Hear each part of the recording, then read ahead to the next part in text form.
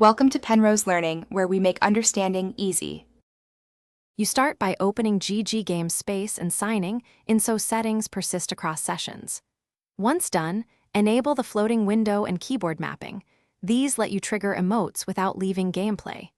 Make sure performance mode is active to avoid input lag while automating. Place your emote image and any macro text in downloads so GG can access them quickly. Now that the prerequisites are in place, proceed to create a new shortcut. This is where the fast emote workflow actually begins. You next record a macro that reproduces the emote sequence.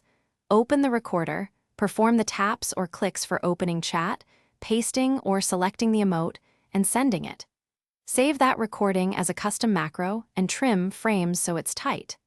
Then assign this macro to one physical key using GG's keyboard mapping overlay. Choose a key you won't hit accidentally. Adjust the macro delay to between 0 and 100 milliseconds to balance speed and reliability. And always test it in practice mode. You finish by placing the macro on a quick access toolbar or the floating button so a single tap triggers the emote instantly.